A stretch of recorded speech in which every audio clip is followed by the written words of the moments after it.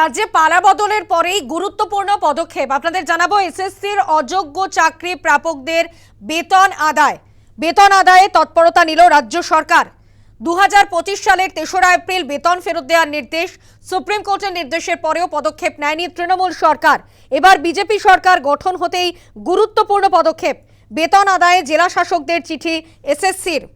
2025 সালের 3রা এপ্রিল অযোগ্যদের বেতন আদায়ে সুপ্রিম কোর্ট নির্দেশ দেয়, কিন্তু তারপরেও সেই নির্দেশের পরেও কোনো পদক্ষেপ নেয়নি তৃণমূল সরকার। এবার বিজেপি সরকার গঠন হতেই গুরুত্বপূর্ণ পদক্ষেপ। এসএসসির অযোগ্য চাকরি প্রাপকদের বেতন আদায়ে তৎপরতা রাজ্য সরকারের। অর্থাৎ পালাবদলের পরেই অযোগ্যদের বেতন আদায়ে সক্রিয় রাজ্য সরকার। আমরা কথা বলবো, আমাদের সঙ্গে টেলিফোন লাইনে রয়েছেন আমাদের প্রতিনিধি মৌমিতা মিত্র। মৌমিতা, পালাবদলের পরেই অযোগ্যদের বেতন আদায়ে সক্রিয় রাজ্য সরকার। এসএসসির অযোগ্য চাকরি প্রাপকদের বেতন আদায়ে তৎপরতা শুরু হয়েছে ইতিমধ্যে। দেখো, একেবারেই তাই। গত বছরের এপ্রিল মাসে সুপ্রিম কোর্টের তরফ থেকে নির্দেশ দেওয়া হয়েছিল যে যারা টেন্টেড ক্যান্ডিডেট বা এসএসসির যারা অযোগ্য চাকরি প্রাপক তাদেরকে সুদ সমেত বেতন ফেরত দিতে হবে, এবং তারপরেও দেখা গিয়েছিল রাজ্য সরকারের তরফ থেকে সেভাবে কোনো পদক্ষেপ করা হয়নি। নতুন সরকার ক্ষমতায় আসার পরেই তারা রীতিমতো এই বিষয়ে তৎপরতা শুরু করেছে। স্কুল শিক্ষা দপ্তরের তরফ থেকে প্রত্যেকটি জেলা শাসকদের চিঠি পাঠানো হয়েছে এবং বলা হচ্ছে যে অযোগ্য চাকরি প্রাপকদের বেতন আদায়ের জন্য প্রয়োজনীয় পদক্ষেপ করার কথা বলা হয়েছে।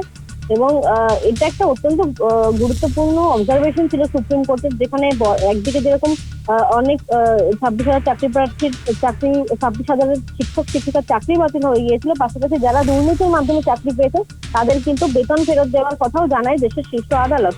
সেই নির্দেশ অবিলম্বে কার্যকর করতেই এবার রাজ্য সরকারের তরফ থেকে পদক্ষেপ নেওয়া হবে, বা তারা যথেষ্ট তৎপরতা শুরু করেছেন। স্কুল শিক্ষা দপ্তরের তরফ থেকে ইতিমধ্যে জেলা শাসকদেরকে সেই চিঠি পাঠানো হয়েছে এবং বলা হয়েছে যে জেলা শাসকরাই কিন্তু তারাই দায়িত্ব নিয়ে এই কাজটি করবেন। প্রত্যেকটি জেলায় এরকম টেন্টেড ক্যান্ডিডেট কারা রয়েছেন সেই তালিকা তৈরি করে তাদের কাছ থেকে বেতন ফেরত নেওয়ার যে প্রক্রিয়া, সেই প্রক্রিয়া কিন্তু কিছুদিনের মধ্যে শুরু হবে। তার তৎপরতা বা ইতিমধ্যে সেই সংক্রান্ত চিঠি জেলা শাসকদের কাছে পাঠানো হয়েছে। ধন্যবাদ মৌমিতা। আমরা কথা বলছিলাম আমাদের প্রতিনিধি মৌমিতা মিত্রের সঙ্গে।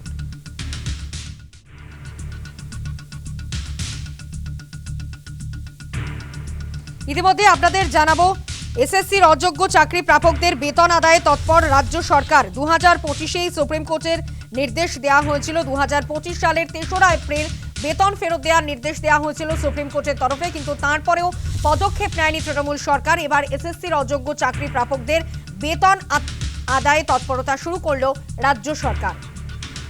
বেতন আদায়ে জেলা শাসকদের চিঠি দিয়েছে এসএসসি। এবার বিজেপি সরকার গঠন হতেই গুরুত্বপূর্ণ পদক্ষেপ।